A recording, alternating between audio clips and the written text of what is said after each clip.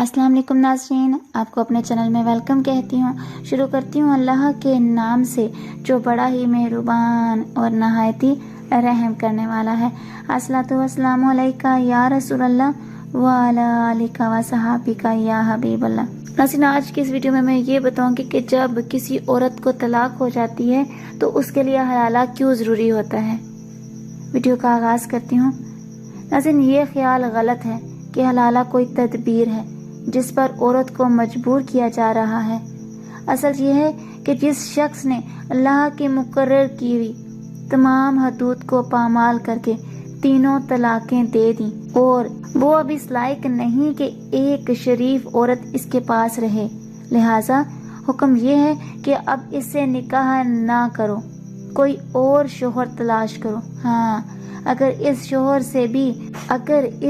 से भी निबाह ना हो और वो आज खुद तलाक दे दे तो इस सूरत में उम्मीद है कि पहला शोहर कुछ सबक हासिल कर चुका होगा। इसलिए अगर अब इससे निकाह करने पर बीवी रजामंद हो तो इसकी इजाज़त दे दी गई है। और ये जो महज हीले के तौर पर हलाला किया जाता है वो शरीयत के मंशा के खिलाफ है।